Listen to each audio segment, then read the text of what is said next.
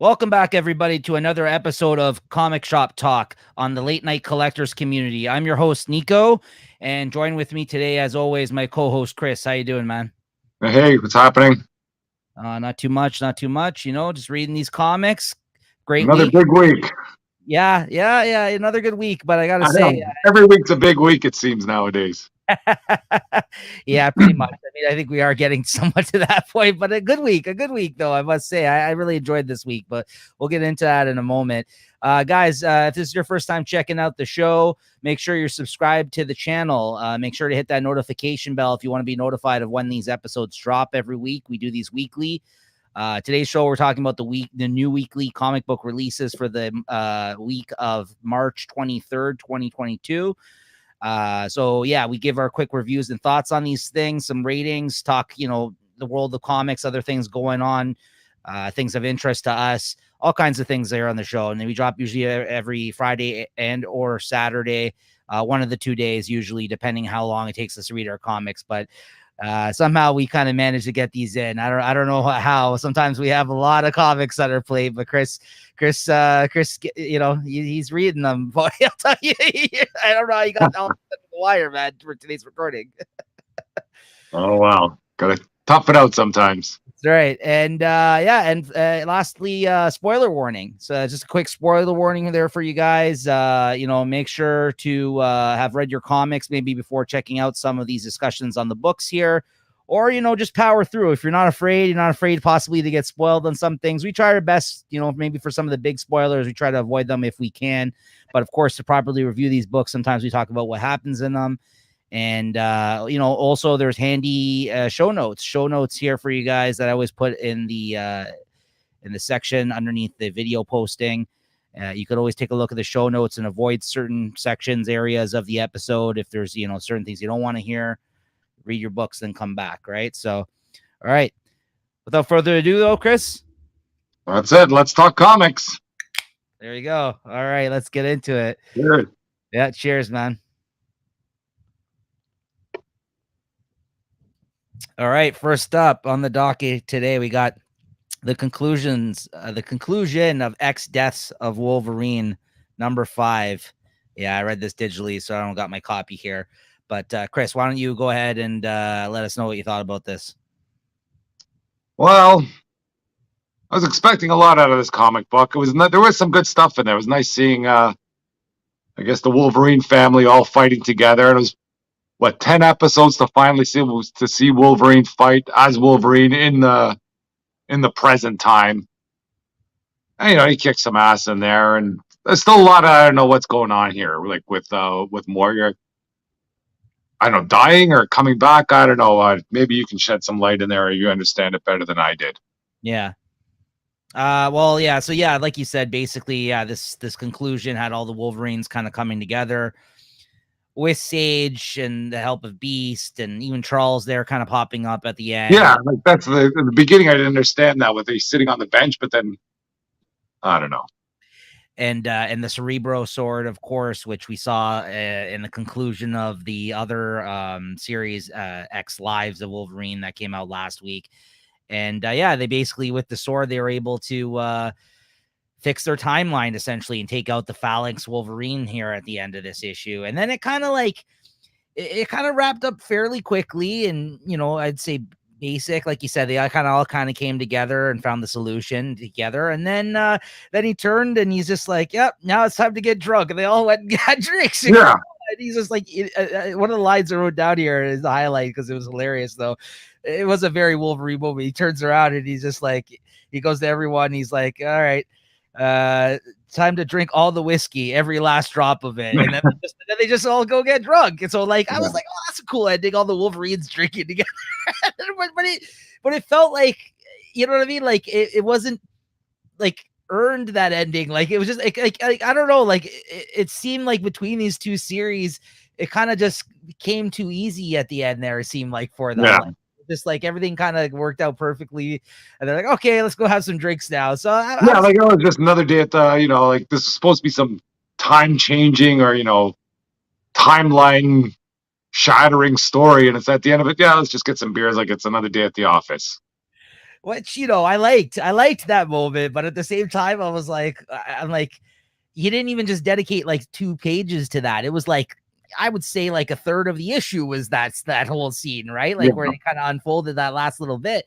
And then, like, to your point, I'm not really sure exactly what happened to Moira. It looks like she got herself in some sort of predicament, with I guess in like the tree, like of Krakoa or whatever. Like, and then like I don't know if she went there on purpose or something, or it was almost like a rebirth of sorts. That's what I took it as. I think it was some symbolism there of like sort of a rebirth of Moira by the end of this issue, because it seemed like she was done for, and then at the end of it she was kind of still kicking around, and it looks like now like she's still out there, and she's gonna seek revenge somewhere down the line or something, right? I mean, that's kind of what I got out of this. But it was a fine ending. It wasn't anything spectacular. It was I think better of the 2 series overall. Overall I would give this miniseries like a 4 rating. Like, I thought it was a solid miniseries, this one, X Death. X Lives not so much compared to this, but I thought it was fun. Like, I like the whole Wolverine Terminator future aspect to it, at least. Right? The ending kind of, you're right. It kind of just like it seemed like everything came too easy to them by the end of this issue. Right? I was just like, okay. But the way they hyped both these books, saying everything, how this was going to change, like the history of the mutants and their survival and timeline. If you didn't read any of these books, it wouldn't matter where you're picking up the next issue or wherever this leads to. No, I thought it was a waste of 10 issues, but it was a fun story, like you say, with the X Deaths kind of charging ahead over the X Lives. I will add one more thing though. I do like how they mention like that he's the best there is at what he does type moment in this. Like, there was a moment where they're like, I think when the Beast just say, sometimes you got to stab things. Yeah, when Sage and Beast are talking in the lab, like prior to like bringing out the Cerebro sword, like he's just like, I don't understand it. He's like, I don't even like this guy's style. Like, I just there's something about this dude that he just somehow, like, through thick and thin, like he does what he does. Yeah, like, don't they call him like the penicillin or something? That was a good moment though. I was like, I'm like, that's Wolverine. I'm like, that is Wolverine. Like, if there was any moment, it seems like this series, like, it took him 5 issues in either series to signify just to see that, because even in the last issue of the X Lives, we even said, I'm like, oh, now you know what? There was a good moment with them there at the end. It was but 5 issues for a good moment. That's a long run for a short slide. I don't know what the saying is, but it's something like that. Absolutely. So what'd you give it? I'll give it a 3 point. I'll give it a 4. I did like the battle scenes with all the Wolverine family coming to it, because you don't see that very often. Yeah, I agree with you. I also gave it a 4. Overall, I think the series was a 4. I mean, I think the other one was like a 3. This was a 4 for sure. Yeah, I liked this one. So, all right. Nice. Action Comics got the chains broken, or broken bonds. So Superman is still stuck on the War World or War Zoons. But I think in this issue here, Midnight is or the Midnighter is taking the front or center stage here. And there's kind of some funny stuff going on, because since Superman is kind of been incapacitated this whole time, and now that the Midnighter's been running around taking care of business on this planet, trying to help things out, everybody's like, these stories of Superman are kind of running around this world with all the villagers, the prisoners. So whenever this Midnighter shows up and does something, everybody thinks he's Superman. Right. So, and he kind of gets a little upset about that. And I think at the end of this issue, you can kind of see some hope coming through, that they're going to be able to battle out. And it's just basically a battle between philosophies of the Midnighter and Superman, where Superman wants to kind of save the world, and basically Midnighter, he just wants to save the Authority and get the hell out of there. And if that means blowing up the planet, then so be it. Mm-hmm. But we'll see where this goes. Still a good run. This wasn't the greatest issue in in this arc or this storyline, but it's still a decent issue. I give this 3.5.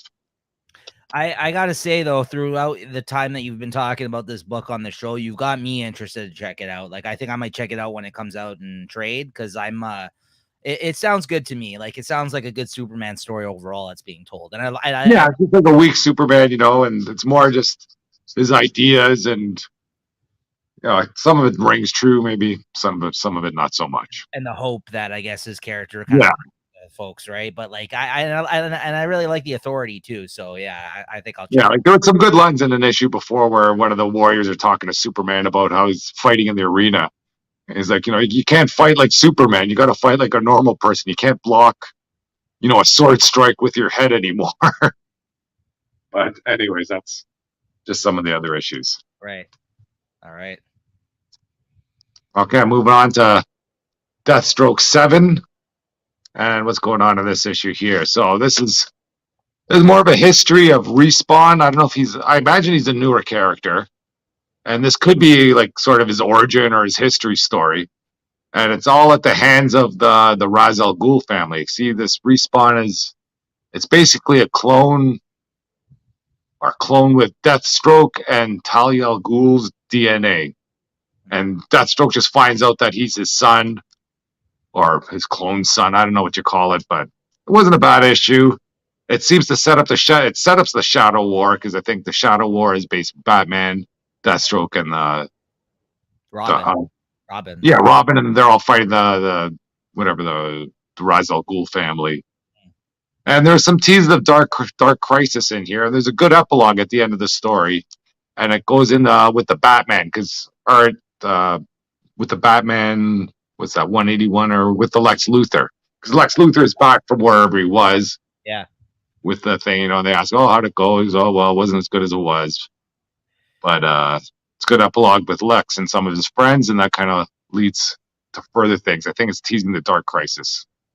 Well, shout out to Joshua Williamson, then the writer on that series, because he's going to be writing Dark Crisis. He writes all 3 books that are the Shadow War crossover books and Batman previously. Yeah. Right. So like, that's pretty cool that he's connecting literally everything that he's doing somewhat in the DC universe. Like I gotta kind of tip the hat to that. Cause that's not easy to do. Right. Like like that storyboard's out there for a while just to kind of keep everything in pace. Everything else seemed to come out in order. Yeah, no, that's good, man. Like, yeah, I think he's one of DC's kind of go-to guys now. It seems like this guy. So yeah, and, you know, there's great art in the story too. Here, I'll give this a 4. I like the story. This Deathstroke's been really ramping it up too. It didn't start out so great with the Trust and the Black Canary stuff, but it's moving along pretty good. Nice. All right, cool. Next up, we got Human Target number 6. Now, I just found out that this series, they just announced that, I don't know if I talked about this previously, because I think I just found out not too long ago.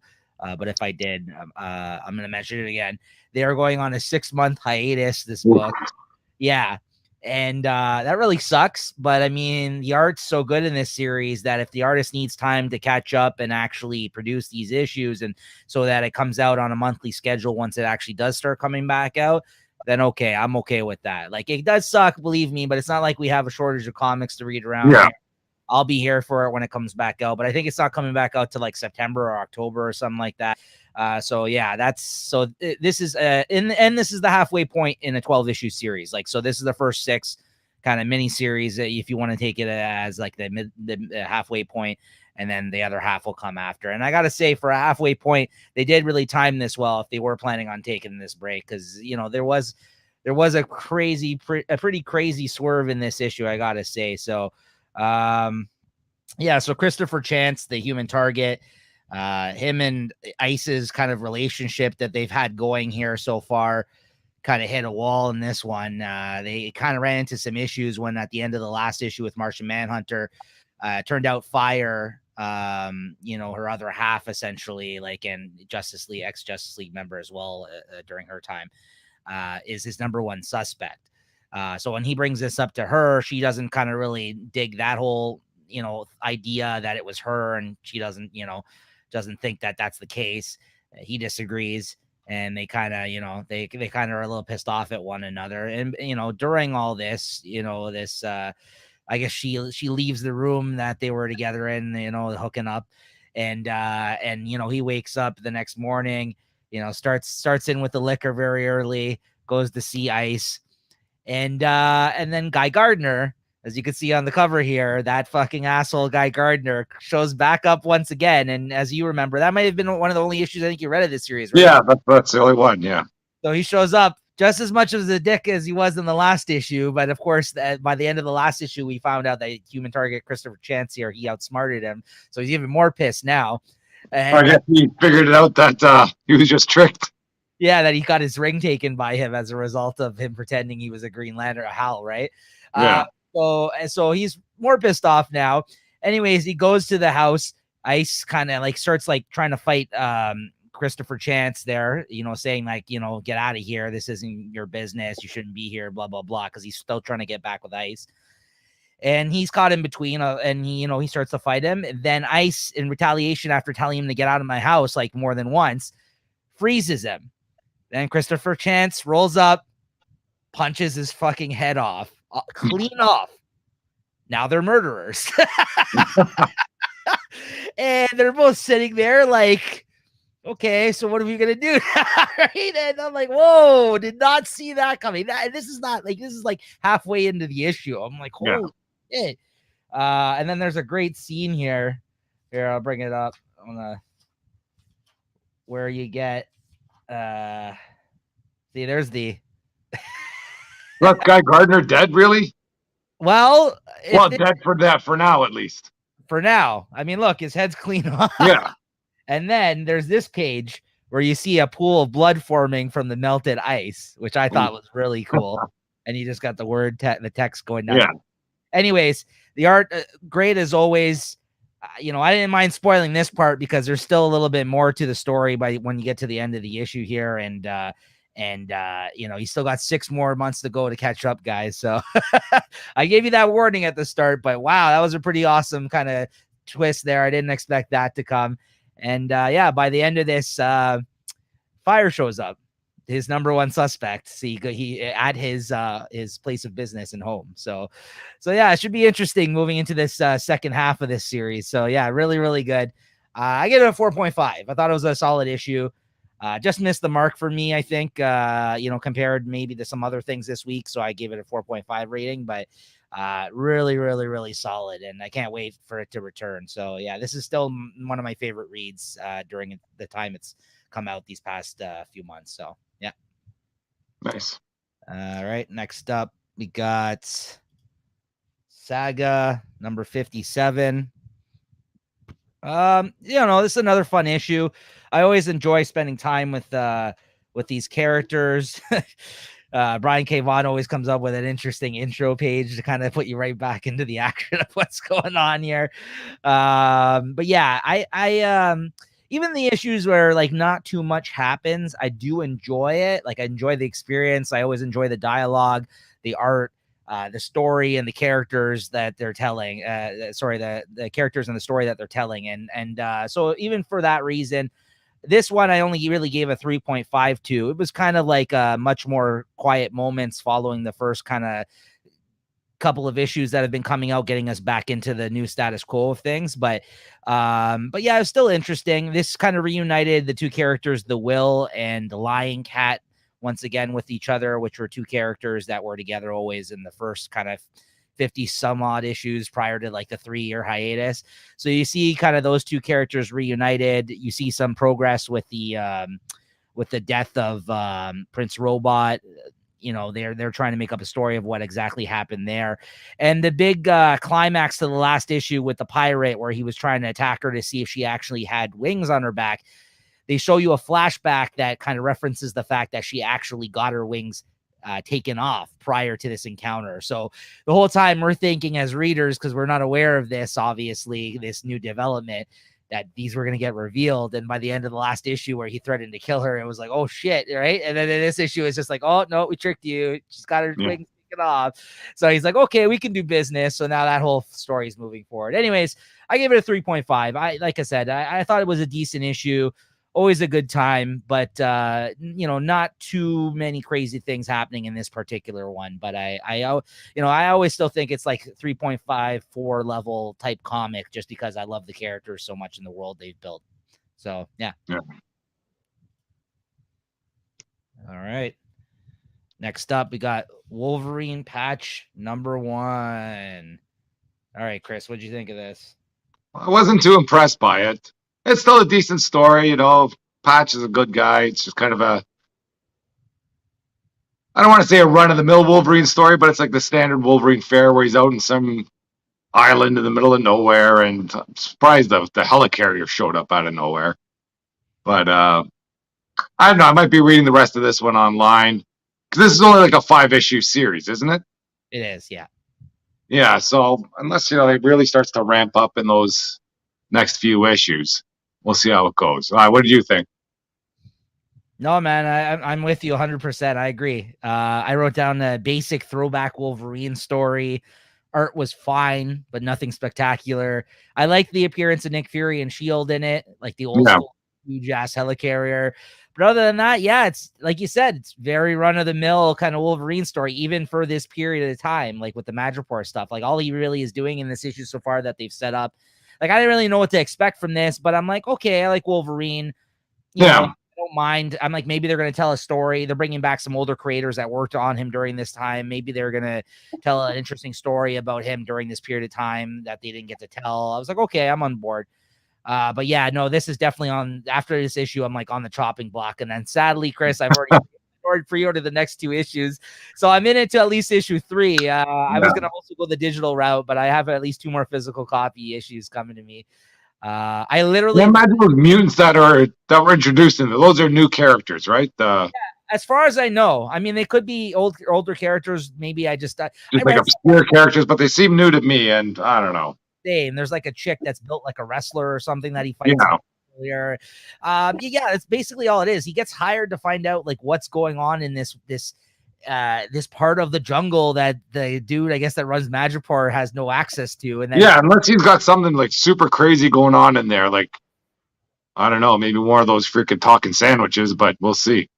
Yeah, so yeah, no, I'm with you though. I mean, guys, if you're thinking of checking this one out, I'd maybe give it a pass, or like Chris said, maybe read it digitally, or it's up your alley. There's nothing horrible about it, but it's nothing like nothing great about it either. No, it's very run. I think you hit the nail on the head with run of the mill. Yeah, basic Wolverine story. Yeah, so as much as I liked seeing this version of Nick Fury, like old cigar chomping, fucking working for Shield Nick Fury, it wasn't enough for it to save this issue for me. So. So what'd you give this one? I'll give it a 3. Same. Yeah. Sadly, not that great. All right, we're moving on to Avengers Forever here. Yeah.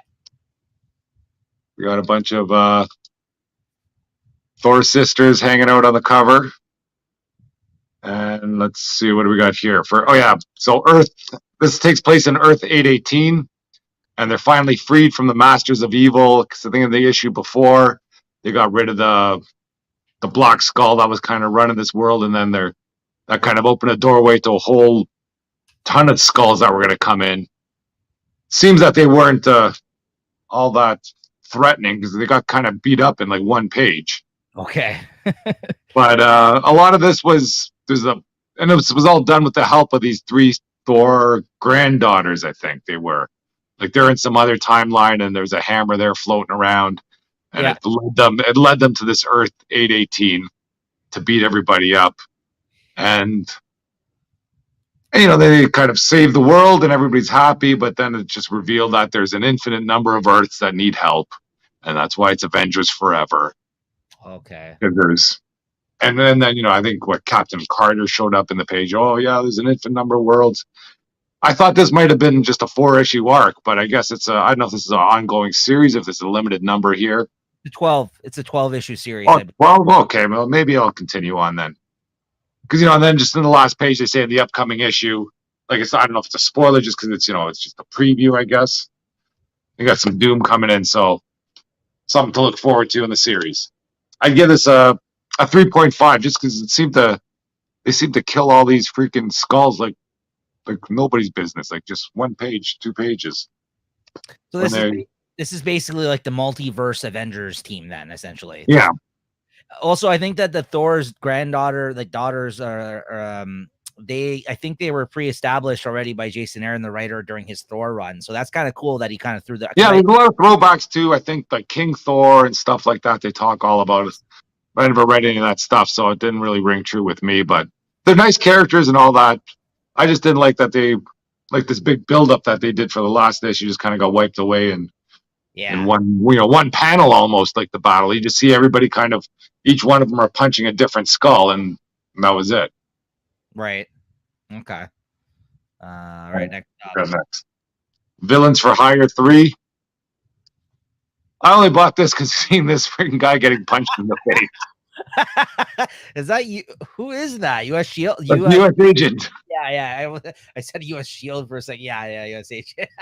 Like I saw this, in the covers there, and I always thought it's a great cover. Isn't this like from, like, once again, Nobody here, wasn't it? Wasn't that a cover of Nobody?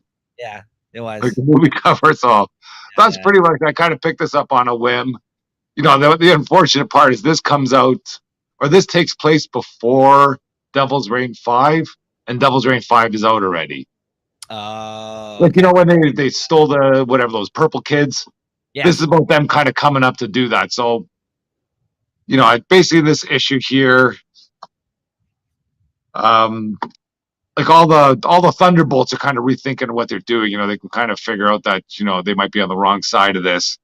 But then Wilson Fisk kind of exerts his control over the Thunderbolts, with the purple power or whatever he does to do them. Because I think Rhino takes off, and that's when they bring in the Abomination, which would have been a big surprise, but we've already seen it in Devil Reigns 5.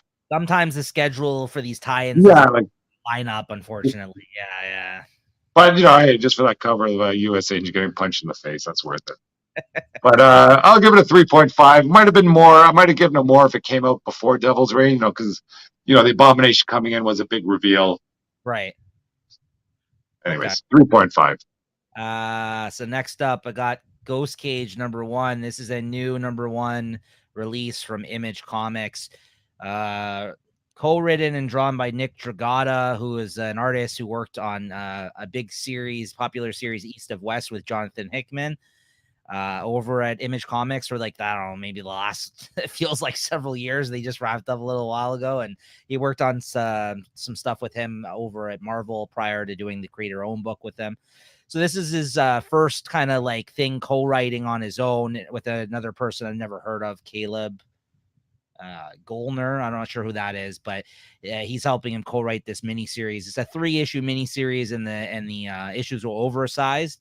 They got a $6 price tag, but it's worth the pages that you get in here. So, so Nick Dragotta always has had like a manga-esque style, I would say, and he actually decided to make this series all black and white. Very striking. I mean, it's his art's awesome. I'm a huge fan of his art. So seeing that he was going to go out and start like doing his own mini series, like writing and drawing, I was like, okay, yeah, I'm on board. And the art just looks awesome. I mean, it really pops with the choice to do it all black and white. You don't really see many comics on the stands these days like that. And because of his style looking like manga, it felt like you were reading a manga at times. But it doesn't. It read more like a high concept, like sci-fi type story. So it kind of just throws you into the world of whatever's going on here.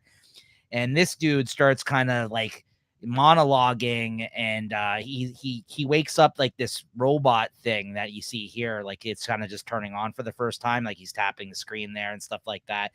And then it's like this orb thing, like this robot's like in the middle of this orb, and he's going on and on about the world and the situation and that he's like, and what he's trying to accomplish.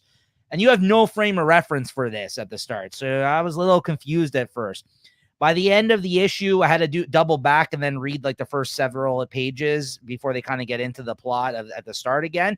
And by that point, I understood everything he was talking about. Then the first time around, didn't really know because you don't have the point of reference. But by the end of the issue, went back, reread a little bit of it, and I was like, oh, okay, I'm on board. Yeah, I get what's going on here. The way I can best describe it is this robot, like he sends this robot out into like this this is like a prop of this thing that shows all these like elements, like has like gas and wind and nuclear power. He controls all the power, like it seems like, for the world in the future somehow. Like I guess like some rich company or something. Who the hell knows, right? They own all the power and they control it. And I guess someone broke in and let loose all of these power sources in this like factory, like this huge compound. and the sort of the power sources are all in the forms of big kaiju, essentially. So he sends this robot in to fight and take down all of these like elements that he has like in the actual factory to kind of rein them in, because if he doesn't, they're just going to wreak havoc on like the factory and like the town and everything else. So like it is a very kind of weird out there kind of idea, but by the end of it, I was, and again, combined with the art, I was in, man. I was pretty satisfied with this by the end. But again, the art's the main draw for me here, even if you're not into kind of like these more futuristic sci-fi kind of like concepts and stuff like that of what the world, you know, post-apocalyptic type stuff. You're not into that kind of stuff. Or if you feel like this may be too confusing for you, I'd say give it a try, because like I said, I wasn't really sure what was happening, but by the end, I was very satisfied with this issue. And yeah, I'm looking forward to the next two. And it's not going to be a huge thing. It's 3 issues, oversized, packed with great art. So what more do you want? Like, I'm just going to show you one picture of one of the kaiju here, because I want to show off one of them. It's like when he gets to the end here, like, there you go. Oh, nice. This one just says trouble. Like, I forgot which one he references this as, but like, again, like one of them's like wind and one of them's like, yeah. And they all have like names, maybe unique names and stuff like that.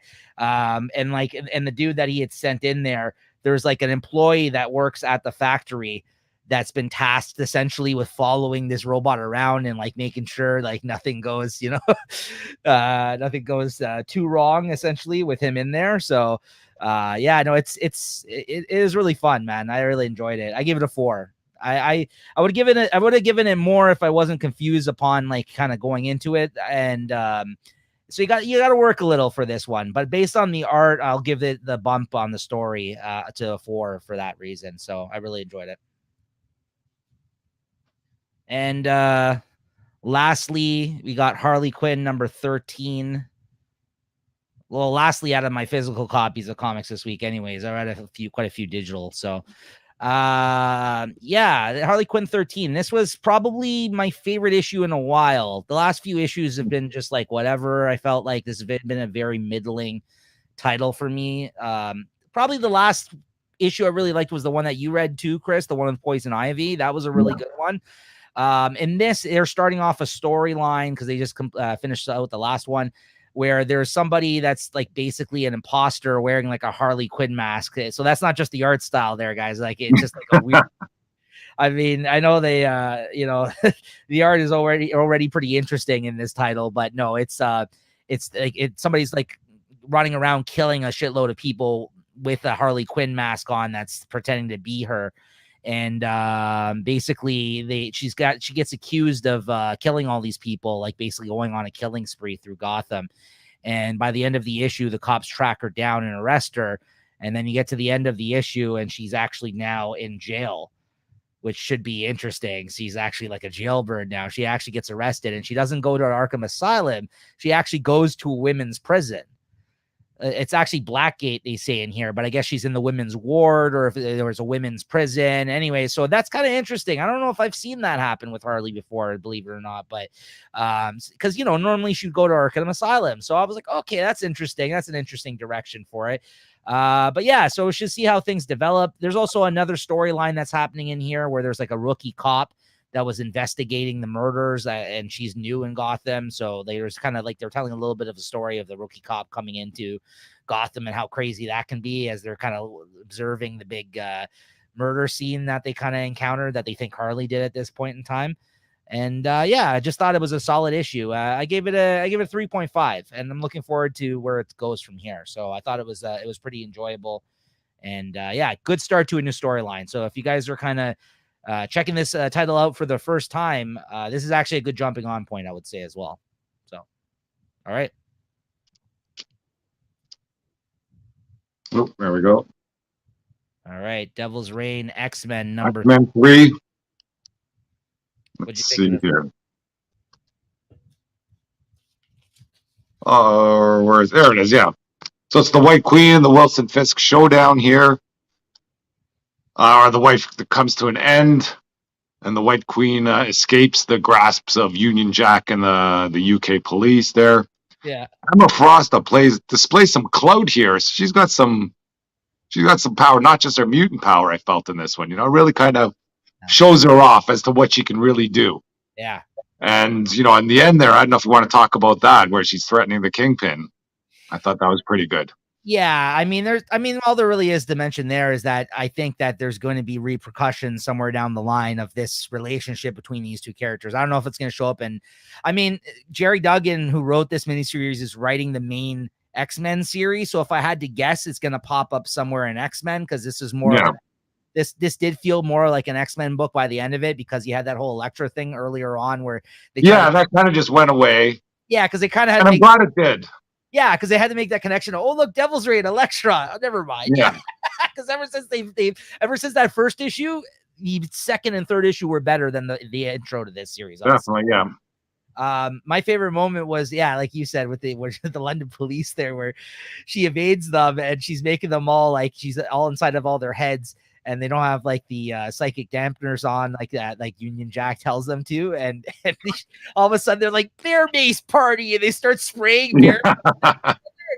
He's like, oh, actually, my dog. Yeah, my feet are tired. Carry me. And they start carrying her around, and she's like, she like takes off their smoke grenades, and then they're all like in the.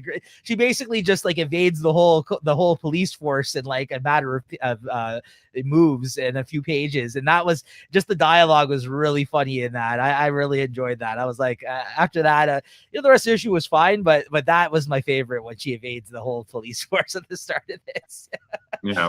Yeah, I think I think my favorite moment of the whole miniseries still was the Spider-Man moment in the last issue, though. Yeah, that was like a turning point in the series almost. Yeah.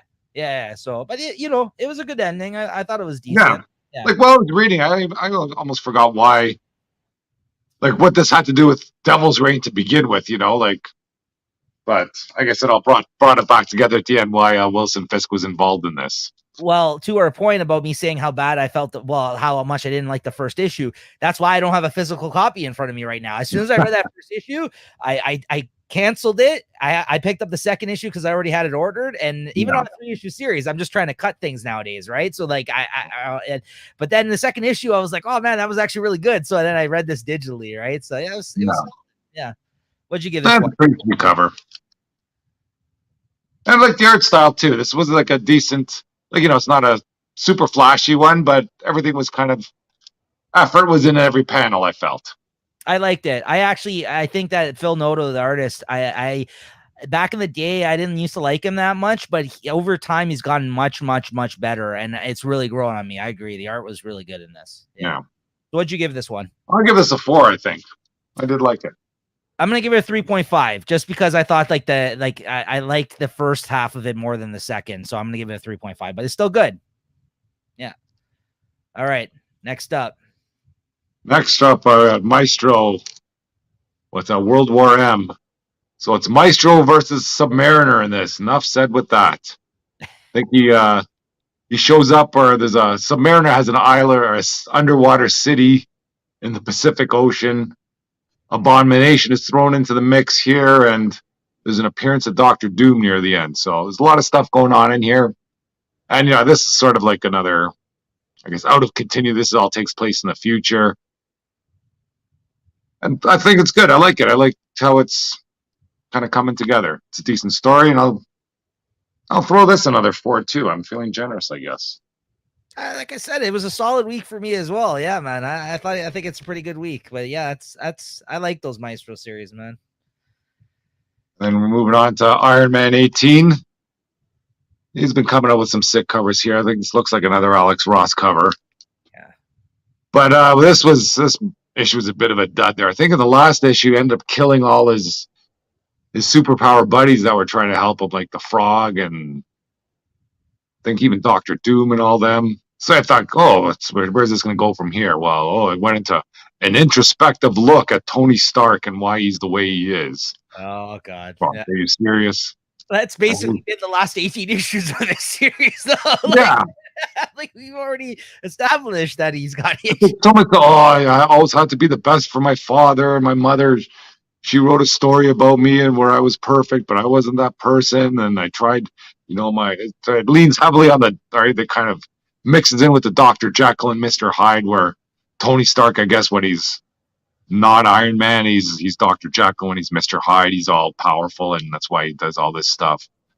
I don't know, just freaking that sort of is that the word trope, or that sort of line of storytelling is that just runs. It's just overdone, I think. Yeah, especially with this here. And I think at the end he's trying to give up his godhood, but whether he does or not, or even if he's trying to, I couldn't tell. Like, I don't know if there's an out of body person that was coming at him, but I think it was just him. I don't know. But this has been a good arc so far. Yeah, this just might be a dud of an issue, and maybe there's some more good stuff coming. We gotta just kind of take a pause to breathe a little bit. Maybe I'll give this a 2.5. Ooh. Yeah, surprised to hear that. Just because, like you said, you've been raving about that series. I've been liking it, but just this introspective look of there. Yeah, it's been it's been in the movies, it's been in everything. There's one trope to that point that I hate, and it happens all the time in like a lot of these drama series that we watch, like the HBO shows and this kind of thing. It's a fucking dream sequence episode. I hate those episodes with a passion. So like that's like I can relate to what you're trying to say, because like whenever there's something like that happens, even in a comic, I'm like, not this. Yeah, like you want to say it's like a filler issue. It's like when The Walking Dead was running, the first 2 episodes are freaking dynamite. And then you got 3 episodes of garbage in the middle, and then your last 2 episodes are freaking ramp it up again. It's like freaking why don't you put 4 episodes and get rid of that junk in the middle? Yeah, you can just tell me he's crazy in that. All right, yeah. Move along. All right. Anyways, all right. Rogues number 1. Now I mentioned this on the last episode. Sorry, excuse me. And it was kind of a last minute pickup for me, so much so I wasn't able to get a physical copy by LCS. Didn't order it in. Chris, his LCS, he didn't have it. Luckily, I was able to secure an order for this, so I look forward to actually getting the physical copy in my hand. I believe this is this is a DC Black Label title, and it's I believe one of like the larger scale kind of magazine sized issues. It's like $6.99, so it's a little bit more expensive, but like 48 pages, the whole deal. More of the premium format from DC Black Label. This was great, man. Like, this was great. Like, I'm glad I kind of jumped into this like last minute. I kind of went past my radar. I didn't know it was a DC Black Label book. I think when it was announced, I thought it was just like a 4-issue miniseries about the Flash Rogues, where I'm like, okay, well, whatever. But because it's a DC Black Label book and it's a mature title, they're able to kind of tell a different type of story with these characters. Yeah, this one had it all, man. Now talk about tropes or things I enjoy. This one had like almost everything I really fucking like about superhero comics, like in one. Listen to this. I had to write this down. Had it all. It had interesting and good different art. C-list villains. Okay, I love when they put out like these, like even the villains. Mentioned the Iron Man book. Like whenever we see these villains that people seem to forget about some of these rogues, like there's characters in this. So I'm like, when's the last time you seen that guy? So I love when they kind of show these like C-D list type villains getting together, right? Comic characters getting old. This is in the future. They kind of do a jump. They do an intro with the rogues in the bar in Central City. Then they jump 10 years and they're old, all these guys. There's humor in this, mature content, and heist. It's a heist story. And best of all, this was a getting the band together issue. I love that. In a comic. I love when people go around and have to put a team together. I love it in movies. It's a getting the band together heist story of these guys that are washed up and old, these villains in Central City, trying to do that one last job. You know what I mean? Like, I love it, man. I love it. And the job is them trying to steal the gold from Gorilla City, where Gorilla Zod lives, right? So it's great, man. Like at Gorilla Zod, Zod has history with Flash. Like there's a lot of history and characters in this that are from Central City that are directly out of the Flash comics, hence the Rogues title. So it works. Like Captain Cold is leading this team.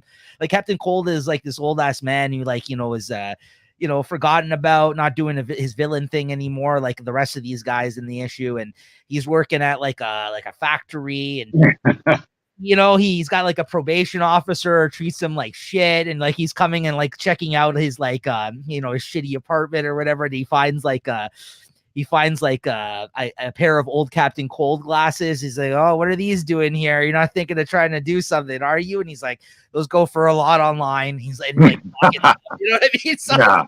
it's great, man. Like it's that classic washed up old kind of like, this is our last kind of stand. I'm tired of getting disrespected. Let's teach these people a lesson. Like, and no Flash yet. That's the best part about it. Flash hasn't shown up. Like, if he's gonna show up, I swear they better just make him show up like at the very end of this story, because they need to kind of let this story be told without any interference from the heroes in this. Yeah, this isn't a Flash story. This is like it's his Rogue. The Rogue. Yeah. Story. Yeah, it was great, man. 5. Fantastic. Oh, yeah. Oh man. Maybe check it out digitally, Chris. Maybe check it out digitally if you don't.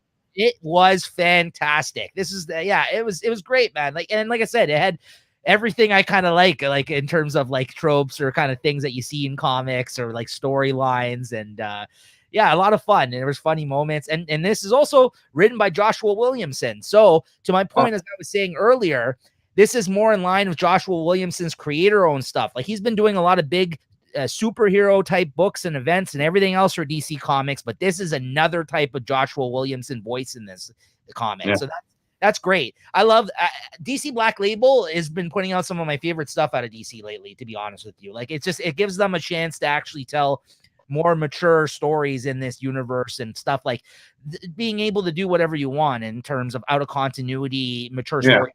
Right. Yeah. So 5 stars, man. I absolutely loved it. So if you guys missed it, go back and check it out, man. Like I did. Hopefully you can find a copy, because I struggled a lot at first to find one, but I'm going to secure one, and I've already pre-ordered number 2. So I look forward to the next one. It's a 4-issue mini.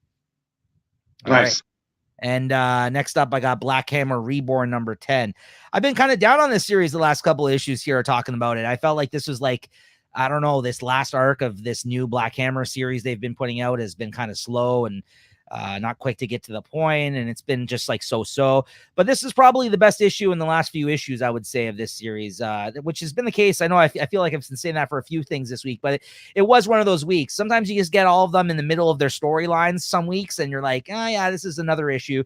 This is one of those weeks where I'm like, okay, now we're kind of back on track with this one. So this was basically Black Hammer, the daughter of Black Hammer, who's now the current Black Hammer, as told, throughout the previous Black Hammer series. She's basically meets an alternate Earth version of her father, and he's trying to get her to come with him and join forces to survive and kind of basically make a new life for themselves, like on maybe one of these other timelines, because her father, she lost him, and that's why she is now the one holding the actual hammer and the current Black Hammer of her timeline. She lost him, he died. So so she kind of, gets sentimental towards that idea. And even though she knows it's wrong and it doesn't seem right, she goes off with him. And meanwhile, there's like a rip in like the fabric of space time, like kind of, and all these different alternate Earth like timelines starts leaking out, like seeping into this main timeline. So it's like there's like 3 or 4 timeline, like different type of versions of these characters now kind of out and about, like in their Earth. So like, shit's hitting the fan. Their timeline's ending. Possibly this other person's trying to get her to come with her. By the end of this, she kind of opposes this whole idea and says it's wrong. She doesn't want to do that because her mother, her actual real mother, does not want to come with them. And she tries to tell him, your father's dead. Like, this guy's this guy's not the real thing. Like, I don't trust him, this and that. And yeah, so by the end of it, it left on a pretty good note, where with 2 issues to go in the Black Hammer Reborn series, I'm looking forward to the end now. It's really interesting again. I gave it a 4. I thought it was a solid issue. I bought the issue. They didn't pull it aside for me when I went to pick up my comics, so I have it waiting for me next time. So that's why I had to read it digitally, but it's still a series I check out in issues. Really good. Nice. All right. There we go. Captain America, Iron Man. 5 of 5 here. I'm glad this series is done. It's been great covers throughout the whole series. It's decent art supporting a so-so story. And like, to use some of the wrestling terms, it seems like they're trying to use Captain America and Iron Man to get some B-level characters over, Yeah. And just thinking about that, it's kind of almost the same thing that World's Finest is doing, with Batman and Superman, and then you got the Doom Patrol in there, but they do it like freaking 100 times better than they did in this issue. Like the B-level characters, I don't know who they are. I know they're linked back to, I think, the Civil War time or something. And I don't know, maybe the only person that got helped out here is that Veronica, and she becomes a little more interesting character at the end of this, but I'm glad it's over. And I was also thinking another thing, like, I know these artists gotta make money where they can, but these iconic artists like Alex Ross, when they put these super covers on things, it'd be nice if they put it on good stuff only, like, I guess you can't say, I wish they'd only, do this in good comic. And that would just make, like, make it a special thing when you get an Alex Ross cover. Not like, and it's just out there on every issue on any garbage, but it's just a nice cover. Mm-hmm. I feel bad about that. But I guess he's got to make his money too. No, I hear what you're saying, though. I mean, then it would be a special occasion for the whole art team, like the artist inside, the writer. Yeah, no, I hear it.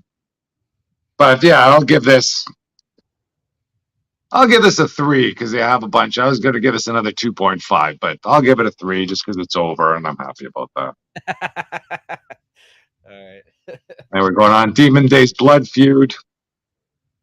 I don't know, I must have just poked this one up or put this on my pull list. I was ready to put this one back even before I got to go take a look at it.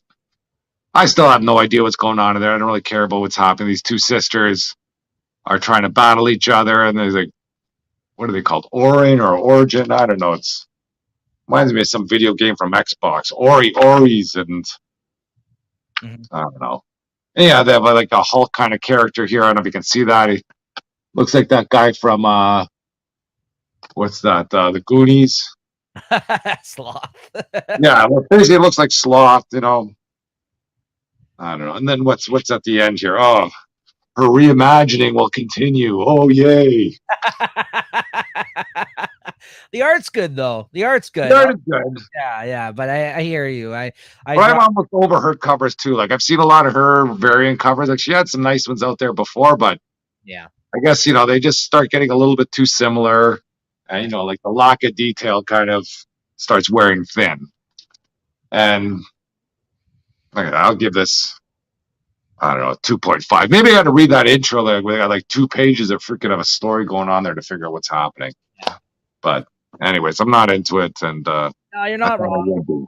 I dropped it in issues 2. I mean, I didn't even read the last couple, but I mean, like, it's basically, it's Japanese folk tales type storytelling. Yeah, I know her dog is called Logan, and that's supposed to be Wolverine somehow. So come on. Yeah, no, I hear you. I mean, if anything, if you're a big fan of her art, I would say that would be the main draw of this series. Otherwise, I'm with you. I felt it was whatever. Yeah, so yeah, it was fine. We have Demons #1. So this isn't necessarily a new comic. I believe the first issue digitally came out back in October. This was the first book, the new wave of like 4 new creator-owned titles that Scott Snyder was doing for Comixology. But now this week it saw print. Like, this is the first time the issue came out in print, and then they're going to be coming out with a trade paperback a couple of months from now after the issues are out. There's only 3 issues, again, oversized 3-issue series. I'm not going to pick up the rest of them, but it's not because I didn't like this. I'm actually going to pick up the trade, but I checked this out online digitally because I was like, the fact that it was coming out in print, it reminded me of it. And I never read it. I haven't read any of his new stuff he's been doing. And I heard good things about all his new digital first series that he's been doing for them. He had like this one and 3 other series. I can't remember the names, but this was great. I mean, this is him and Greg Capullo, the artist he worked with, on Batman, their legendary Batman run, Scott Snyder. Great artist for this book. And yeah, basically it's a girl that finds out that her religious father, that I guess just died in the middle of this first issue, was a demon hunter essentially. And, along with a whole bunch of other people that she learned are like this group of people that were kind of, sworn to protect the earth. Like, it's like some whole fulfilling a prophecy from all the way back in the day type business. Like, there's 9 of them, and they all have like these swords that they have to like use to kill the demons. And like, you find out there's like a demon character called Gus that actually helps, that helped her father as well. So I don't know like what his business. Like you just kind of got introduced to him in the end, like by the end of the issue, so you didn't really get to know like what his deal is yet, or why he's helping the humans or whatever else. But yeah, he gets killed, and then the daughter finds this all out, and now she's got to, I guess, help fulfill a prophecy in her dad's place, essentially. And there's like all this other kind of, it's well written, good art, well told story, great. I love the fact that they made an oversized issue because it kind of really sucked you into the story. And yeah, just a really, really, really solid debut. And I'm gonna pick up the trade when it comes out for sure. I give it a 4.5. Thought it was great. So and definitely. Probably one of the best debut issues I've read from Snyder in a while. Like I even like this more than I liked Nocterra when I first started reading it. And he's actually been putting out, he's been doing less stuff for DC. Nothing really right now that I can even think of if he is, but he's been doing a lot of creator owned titles lately. And good on him, because I think it's kind of resurged his career. I find like he's getting all these rave reviews on a lot of the new things he's been writing lately. So I think that's really good for Snyder, because for a while there, I was kind of down on a lot of the stuff he was working on. I felt like we'll see how this series ends, though. I mean, I don't feel he's a good finisher of stories. He's a great concept man and great kind of like you know, a good idea out there, but just like lost. We'll see. But I gotta say, promising so far from what I've read. So and yeah, a lot of his stuff has been lately. Nocterra has been pretty good too. I mean, I'm not caught up, but that's been good. So I just started following anything in the last few issues, and I'm liking that Nocterra. I try and keep on getting rid of it, but they keep on. Yeah. You know, each issue there's something to build on and something to look forward for the next one. Yeah. So there you go. So we have Demons. All right. Oh, we got Trial of the Amazons. So I think this came out of sequence too, because I think I read one of the Wonder Woman was last week, which is a couple issues ahead of this one. So I don't know if this just came out late at my comic shop, so I don't know if there's spoilers in here, but this was a wordy comic. Holy moly. Not a good comic to read after you just truck through a bunch of them. The last of the pile. Yeah, and it's all about like politics here, because all the different Amazonians shit, yeah, all like there's 3 tribes of the Amazons come together, and they all don't like each other. You got to figure out who's who and what's what. And you know, I was expecting this to continue on, and then I realized at the end that it was the beginning. And you know, I guess the big thing of this, I guess I can say it because it's already happened and it's already been out there. Like, you know, they already have covers of like the funeral, but at the end of this one, Hippolyta is dead, and I guess that's a big deal in Amazon world. And is she like the queen of the Amazons or something? Well, she's her mother. Oh, that's Wonder Woman's mother. Yeah. Oh, I forgot about that part. She was supposed to. And she actually is in the Justice League book currently. So like she hasn't even been shown to be dead in that as of yet. But I guess next issue they're all supposed to die anyways, right? Or the main Justice League. Anyway, not that fucking matters. We talked about that book, how it's kind of been stinking it up. But like how are they gonna freaking anyways. Because that's a big issue there. But are they all gonna die in the first page, like out of the blue? And in today's news, you know, Justice League is dead. And anyway. But yeah, like it wasn't bad, you know. Maybe if I had more time to just kind of sit back and kind of read it and look at it. It's a nice, pretty comic inside. Yeah. You know, there are a lot of detailed. You know, every panel's there. A lot of characters in there. Well, you've bought into the crossover now, right? Like you're. Yeah, I think I did buy into the crossover. It's like maybe 8 issues. Okay. And like I said, I just want to see what's going on. I'm not too sure if I like the Wonder Woman in the Amazon land. I'd like her maybe back in Man's World or whatever they call it. Right. Where she's out there just kind of being doing superhero stuff. Right. Yeah, I'm with you. I'll give it a 3.5 because that I did not know that. I forgot that what's her name was dying, and thought that was a bit of a swerve there to get to jumpstart that whole trial, I guess. Right. Okay. Cool. All right, well, that's going to do it for this week's comics that we plan on talking about, but not the end of the show. We still got a couple things to go through here. New segment to the show actually is bringing on the show here today. We'll see how this goes. This is the new previews came out this week. So the new previews magazine, of course, this shows off the future solicitations for most of the comic book companies, I guess the ones that are still distributing through Diamond distributors, other than Marvel and DC, who have their own previews catalog now. I usually get Marvel as well. Didn't get it this week, so if I get my hands on that next week, I can always show that off and talk about Marvel books. Maybe we're looking forward to picking up.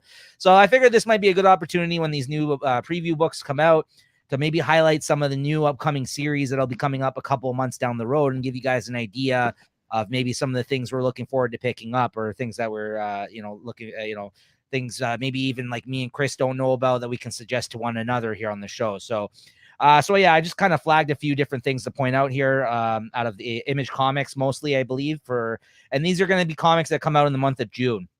So for anybody that doesn't know about pre-ordering with comic book shops, you got to kind of order like 3 months ahead always. And so this is previews for April, according to the release, but technically, since it is ordering for things a couple of months, past that, it's for June. All right. So first up, Public Domain #1. I wanted to highlight this because this is a new Chip Zdarsky book that he's writing and drawing. So he actually became very famous from the book Sex Criminals that he did with Matt Fraction over at Image Comics. And before he kind of started getting all these gigs at Marvel and DC and kind of breaking free, and after they've of that whole situation, after they wrapped up their time on Sex Criminals and the series ended, he hasn't really written and drawn his own thing. So given that he's been writing a lot of really solid projects for Marvel and DC, and this is his first creator-owned thing that he's actually drawing as well, because he's been writing a lot of creator-owned stuff with other artists, I was like, okay, I'm going to check this out. I think he's got enough of goodwill for me as of lately where I'm like, okay, I'll check. I'm interested to hear what he has to say. And yeah, basically it's called Public Domain because it's about, like, I guess, public domain, like people own characters. And I was reading something. It's almost like the crossover. Yeah, it seems like very meta, kind of about people that are comic book writers. And like, I'll read off what it says here. It says something about the fun and heartfelt series written and illustrated by Chip Zdarsky explores a wild alternate world where comic book creators aren't properly acknowledged or compensated for their creations. Crazy, I know. Yeah. And then it said, hey, it's me, Chip. I'm writing this solicitation. So it's kind of, it is very inside baseball, and to the point where, like, I'm sure a lot of people in the industry, it's going to be a lot of like him talking about maybe navigating and working throughout the comic industry, but being told in another type of story. So I'm like, you know what? It sounds interesting to me. So I'm on board. So this is Public Domain #1. This comes out in June. So yeah, I'm looking forward to that one. So I wanted to highlight that. Next up, we got, now, Chris, this is one I wanted to show you most of all. Oh yeah, I think I saw something about this. The wrestling one. Gotta check this out, man. Do a Power Bomb. This is from writer artist Daniel Warren Johnson, who I'm a huge fan of his artwork. He's a great artist, and he's a huge fan of wrestling. So this is his wrestling comic. This is going to be a wrestling miniseries. I'm sure it's going to have, like, super powered wrestlers or something fighting each other. They show some of the preview art here. I'm on board, man. Trust me, man. You should check this out. This guy's one of the best artists in the industry right now. This guy, and the last couple of things that he did, he worked on a Beta Ray Bill book for Marvel, which was great. And he also did like a great Wonder Woman Earth 1 story where she's like it's like a futuristic post-apocalyptic story of Wonder Woman. He just did some great projects for Marvel and DC over the last couple of years, and now he's doing another creator-owned book. So this could be like an application for WWE or something. He's put out some storylines out there, and who knows who they're going to hire as writers. Like, they got to stop getting like old wrestlers to be writers for the creative, as they say. Get some creative people in there. Right. That's true. Maybe.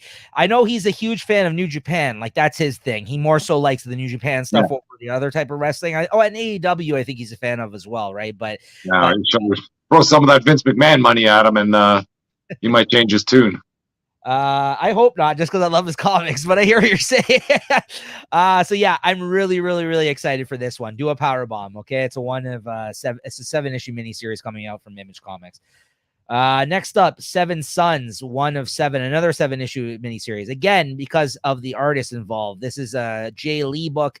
His art is like kind of very gothic looking art. I really like his art style. Again, it's been a long time since he's actually did anything creator own or art interior period, because it takes them forever to fucking draw. Even though this is 7 issues, I'm sure this is going to take a year or two to finish. I read the premise of this series. It's got to do something with some guy who thinks he's Jesus or something like that, and like maybe he does, you know, I don't know if he, everything's cracked up as it is, like, you know, it seems to be with this guy. I guess maybe it's somebody who they think is going to be like the return of Jesus Christ or something like that. I didn't really dig the premise of like the concept of this book. I'm like, oh, okay, kind of sounds. I'm mostly on board for the art on this one, but I'll give the first issue or two a try and see where I'm at with that. So yeah, some great artist stuff coming up here. So, what else?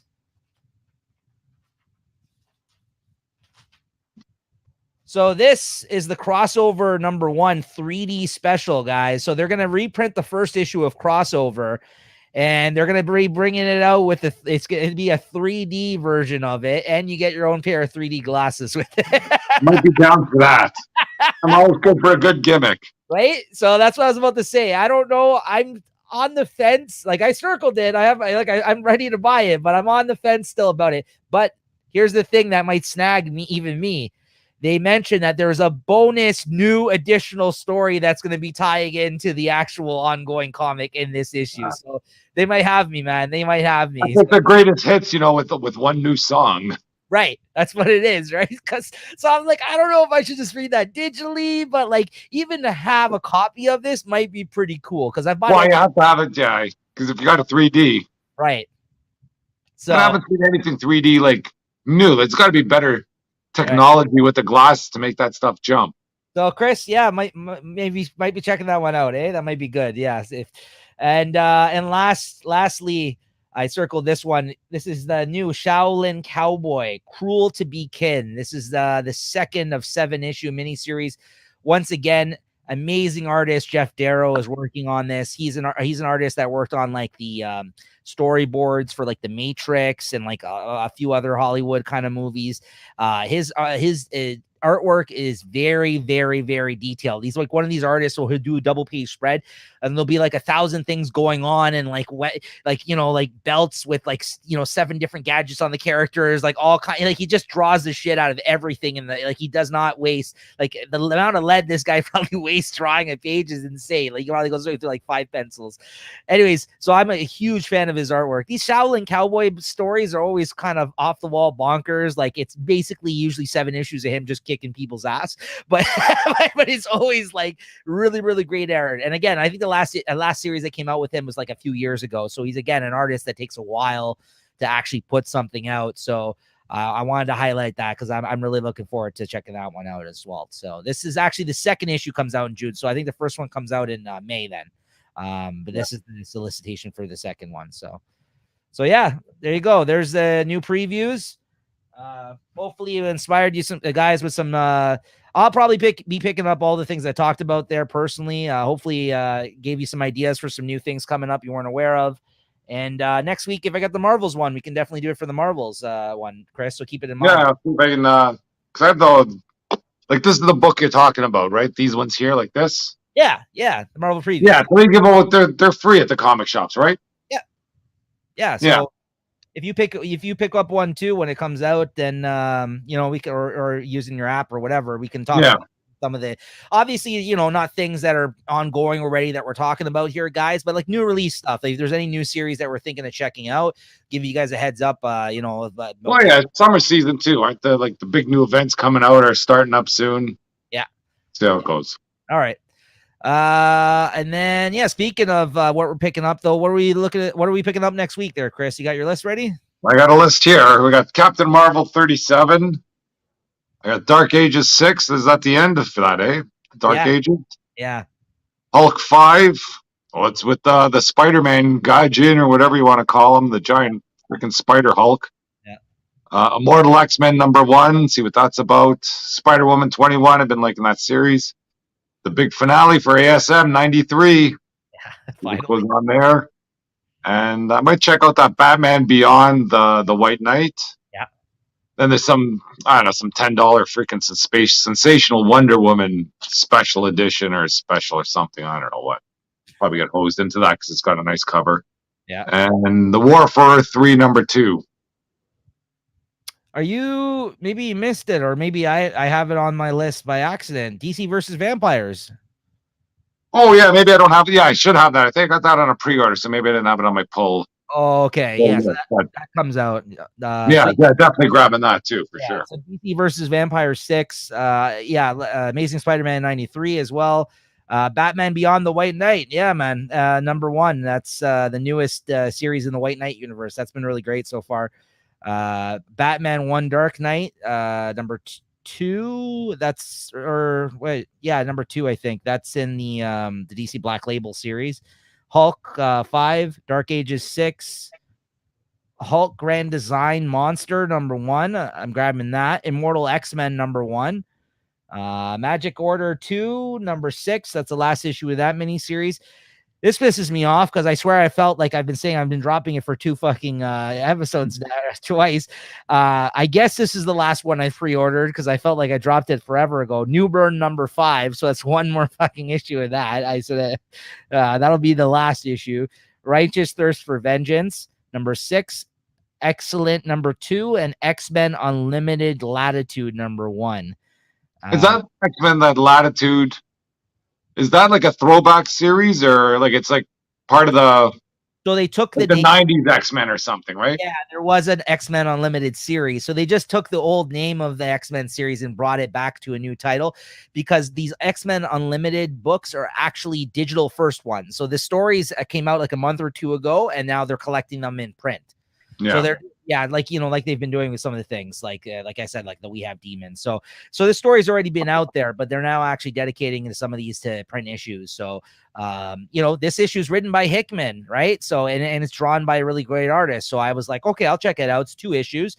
Yeah. I think this series I'm gonna treat with depending on who's doing it, I might check it out. So it's not like a series where you have to get every issue, because this is a 2-issue mini, and then they're going to bring out another 2-issue mini with a different creative team. So depending on what's going on with it, I might check it out. But this is 2 issues. Hickman back on the X-Men, so I'm like, okay, I grabbed this. Yeah. So, I don't know. I think I'm most looking forward to Hulk after the last the ending of Spider-Man, and even the start of this new Batman Beyond. I'm looking forward to. I think I'm glad Hulk is freaking ramping up. Like it is. Those next few issues, they're awesome. Like that Hulk 6 has been a big issue now for ages. Like, yeah, I don't think that's like if you're a speculator or something. I think those with that Titan coming out, but I think that everybody's going to have that issue out there. You know what I mean? That's not going to be a surprise issue.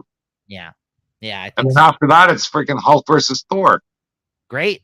Yeah, I'm on board for that too. Fun time.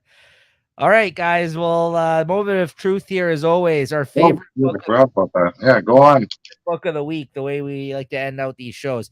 Mine's simple. Rogues number 1. It was I think the only book I gave a 5 to this week, despite it being there's a couple other contenders. But yeah, I don't got the book to show off. But yeah, Rogues number 1, guys. I loved it. There's no way I couldn't pick that book this week. It just hit so many kind of points for me that I really enjoy in a comic. So I was just like, okay, yeah, I got to give it to this one.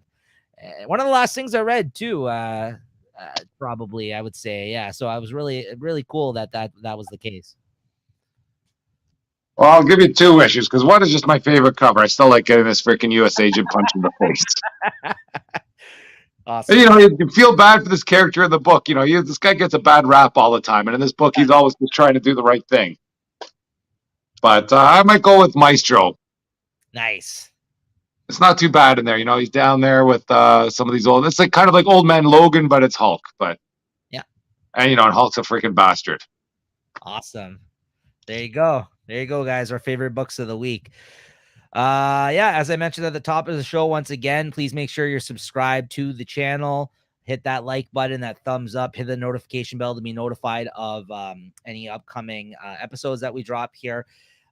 Quick plug for some of the other shows that we do here on the channel and the Late Night Collectors community as well. This past week, I just uploaded a new episode of Cracking Packs with the Chat. That's our trading card game kind of show that we open up cards. And we actually just got in a package from MNT Grading of 3 Pokemon cards that we sent out for grading back in November of Christine's. And we opened it up on the show for the first time and revealed the ratings that we got on them. So that was a lot of fun, and hopefully more to come. So you guys want to check that out. Maybe if you're not familiar with card grading, want to know more about that, definitely check out that episode. And next week, our very own Chris here is actually going to be joining us on Kraken Packs with a Chat. We have an episode of him opening up a hobby box of the new Series 1 NHL Upper Deck cards for is it 2021, 2022 NHL hockey cards? Yeah. So yeah, definitely check that out. Chris is going to be opening up a whole hobby box on there. That's always a good time. Just me and Chris kind of shooting the shit, doing what we do on this show, but talking about cards, hopefully getting some hot pulls out of that one. Right. So there's some good young guns. Oh yeah. You never know what you can get out of those boxes. That's right. That's always a good time. So yeah, make sure to check that out. That's going to be coming out, I think, next Wednesday following the release of this show. So I think that's like the 1st or the 30th of March. That's going to be dropping on. So check that out, guys. And we'll be back here again, as always, next week for another episode of Comic Shop Talk, the Talk Comics with. Well, I saw your friend there, Minty Boy, selling Jason Robertson rookie card I pulled last year, $70. I think I might have 2 of those. You see? Yeah. See, it's gone up in value. It's gone up in value. I saw that post too. And I was like, oh, wow. I'm like, that's $70 raw card too. Wow. Out of all the rookies, really, he's done probably almost the best. Out of like top 3. Well, top 2, it's him and Kirill. That's what I'm saying. Yeah. Out of the last 2 years, he's been probably the best rookie, or not now. I'm rookie last year, but out of the last 2 years. Yeah. But yeah, playing this year, he's still lighting it up. Anyway, that's another story for another show. Yeah, but still, guys, if you're into that kind of hockey talk, make sure to check out Kraken Packs with the Chat here on the Late Night Collectors community. But yeah, always more comic content to come on the way as well, guys. So we'll see you guys next week, and thank you for tuning in. All right.